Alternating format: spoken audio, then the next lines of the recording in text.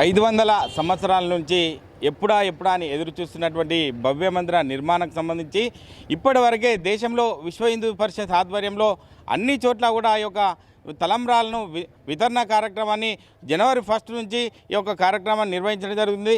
వారు ఈ యొక్క 22 తారీఖు వరకు అన్ని హిందూ దేవాలయాల నుంచి వీరి యొక్క వితరణ కార్యక్రమాన్ని అన్ని ఒక హిందూ సంస్థలకు సంబంధించి విశ్వ హిందూ పరిషత్, అటు ఆర్ఎస్ఎస్ అండ్ బజరంగ్ దళ్, అన్ని ఏబీవీపీ అన్ని కార్యక్రమాలని ఒక ముందుగా తీసుకొని ఒక సంకల్పంతో ముందుగా తీసుకొని వీరు యొక్క కార్యక్రమాన్ని నిర్వహించడం జరుగుతుంది. అందులో భాగంగానే ప్రతి ఇంటికి ఈ యొక్క రాములోరికి సంబంధించిన ఈ అక్షింతలు అనేది ఇంటికి చేరాలనే ఉద్దేశంతో రాముని ఒక ఆదర్శ పురుషునిగా అని కొలుస్తారు. కాబట్టి దానికి సంబంధించి విశ్వ హిందూ పరిషత్ జిల్లా అధ్యక్షుడు మనతో ఉన్నారు, వారిని అడిగి తెలుసుకుందాం. సార్ చెప్పండి, అంటే ఈ యొక్క అక్షింతల వితరణ కార్యక్రమాన్ని ఎప్పటి నుంచి స్టార్ట్ చేశారో, ఎప్పుడు ఈ కార్యక్రమం ఉండబోతుంది? ఈ అక్షింతల వితరణ కార్యక్రమం జనవరి 1 నుంచి 15 వరకు ఉంటుంది. అయోధ్యలో 22 నాడు ప్రతిష్ట కార్యక్రమంలో ఆ రోజు మనం అయోధ్య నుంచి వచ్చిన అక్షంతలను మనము ఆశీర్వాదం తీసుకోవాలా. మరియు 500 సంవత్సరాల పోరాటం, 4,50,000 ప్రాణాలు త్యాగాల వలన, ఎంతో త్యాగ పురుషుల వలన ఇలా అయోధ్యలో మనం గుడి కట్టుకుంటున్నాం. రాముని కట్టుకుంటే రామరాజ్యం ఎలా ఉండాలా, అన్నదమ్ములు ఎలా ఉండాలా, మన స్ఫూర్తి, మన ప్రాచీన సంస్కృతి.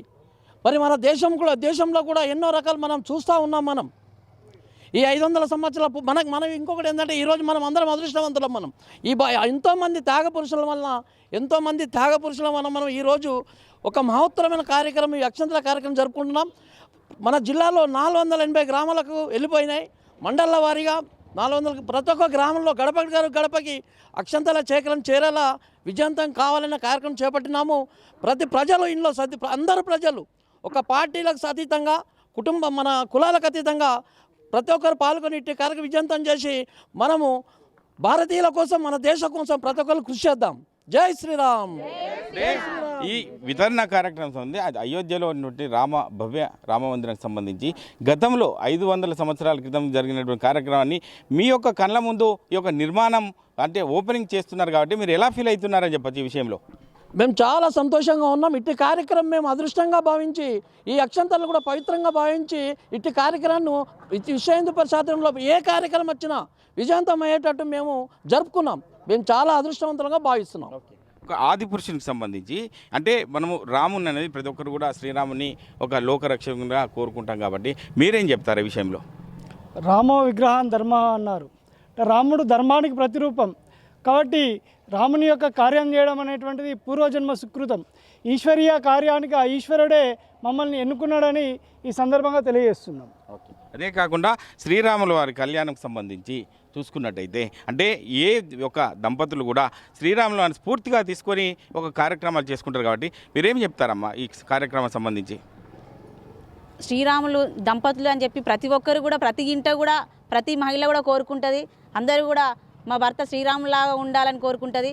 అలాంటి మహానీయులని, అలాంటి దేవుళ్ళని ఈరోజు అంటే మా యుగంలో వాళ్ళ గుడి అంటే వాళ్ళ మందిరం ఏర్పడినందుకు నిజంగా కూడా ఇలా భారతదేశ ప్రజలందరూ కూడా సంతోషపడుతున్నారు.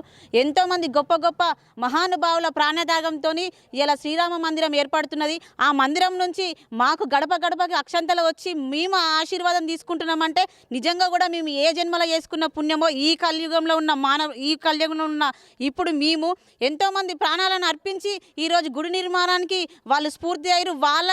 వాళ్ళు చూడలేనిది కూడా మేము చూస్తున్నామంటే నిజంగా కూడా మేము అదృష్టవంతులం అని చెప్పి మేము భారతదేశ ప్రజలందరం కూడా మేము తెలియజేస్తున్నాం. అంటే అదే కాకుండా తోటి మహిళలకు మీరు ఏం చెప్తారు? ఎటువంటి మంచి కార్యాన్ని మా ముందు జరుగుతున్నా మీరు చెప్తున్నారు కదా, తోటి మహిళలకు మీరు ఏం చెప్తారు ఈ కార్యక్రమంలో ఉద్దేశించి?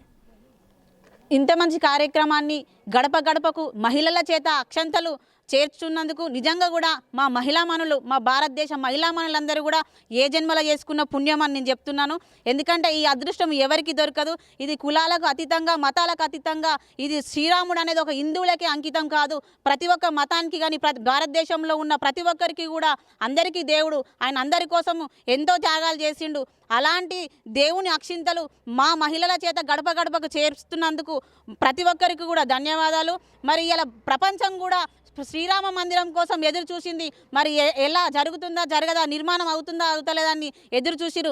ఆ ప్రపంచ దేశమంతా ఎదురు చూస్తున్న కోరిక కూడా ఇలా మా భారతదేశంలో శ్రీరామ మందిరం ఏర్పడుతున్నందుకు కూడా మేమందరం కూడా సంతోషం వ్యక్తం చేస్తున్నాం.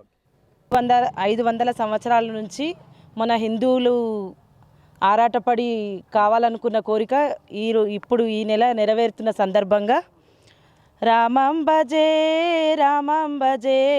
రాముడు వస్తున్నాడు రామం భజే మన దేవుడు వస్తున్నాడు రామం భజే రాముడు వస్తున్నాడు రామం భజే మన దేవుడు వస్తున్నాడు రామం భజే పల్లె పల్లె తిరిగి రామం భజే పల్లెకొస్తున్నాడు రామం భజే మన పల్లెకొస్తున్నాడు రామం భజే రాముడు వస్తున్నాడు రామం భజే మన దేవుడు వస్తున్నాడు రామం భజే వీధి వీధి తిరిగి రామం భజే వీధికొస్తున్నాడు రామం భజే మన వీధికొస్తున్నాడు రామం భజే రాముడు వస్తున్నాడు రామం భజే మన దేవుడు వస్తున్నాడు రామం భజే గుళ్ళు గుళ్ళు తిరిగి రామం భజే గుళ్ళోకొస్తున్నాడు రామం భజే మన గుళ్ళోకొస్తున్నాడు రామం భజే రాముడు వస్తున్నాడు రామం భజే మన దేవుడు వస్తున్నాడు రామం భజే. అంటే భారతదేశ సంస్కృతిని ఒక ప్రపంచ దేశాలే ఒక స్ఫూర్తిగా తీసుకొని ముందుకెళ్ళిన సందర్భాలు చాలా చూసాం. ఎందుకంటే గతంలో ఉన్నటువంటి 500 సంవత్సరాల కళను ఒక కళగా ఉంటున్న సందర్భాన్ని మేము మా ఆధ్వర్యంలో ఈ యొక్క యుగంలో నెరవేరుతున్నందుకు మేము ఎంతో సంతోషిస్తున్నాం. అందులో భాగంగానే ప్రతి ఇంటికి కూడా ఈ యొక్క అక్షింతల కార్యక్రమాన్ని వితరణ కార్యక్రమాన్ని అందరం మేము ఒక హిందూ బంధువులుగా మా భుజాలపైన వేసుకొని మేము శ్రీరామునికి సంబంధించి 22వ తారీఖు నాడు ఈ యొక్క కార్యాన్ని మేము చూడడం మేము అదృష్టవంతులుగా భావిస్తున్నాం అని చెప్పి రామాయంపేట సంబంధించిన ఈ అంటే మెదక్ జిల్లాకు సంబంధించిన విశ్వ హిందూ పరిషత్ ఆధ్వర్యంలో ఈ కార్యక్రమాన్ని నిర్వహిస్తున్నామని చెప్పి వారు చెప్పడం జరుగుతుంది. కెమెరామెన్ ఎల్లవరితో మహేష్, RTV, ఉమ్మడి మెదక్ జిల్లా. మరిన్ని వీడియోస్ కోసం ఛానల్ ని సబ్స్క్రైబ్ చేయండి. లేటెస్ట్ అప్డేట్స్ కోసం వాట్సాప్ ఛానల్ ని ఫాలో చేయండి. అండ్ లింక్ డిస్క్రిప్షన్ లో ఉంది.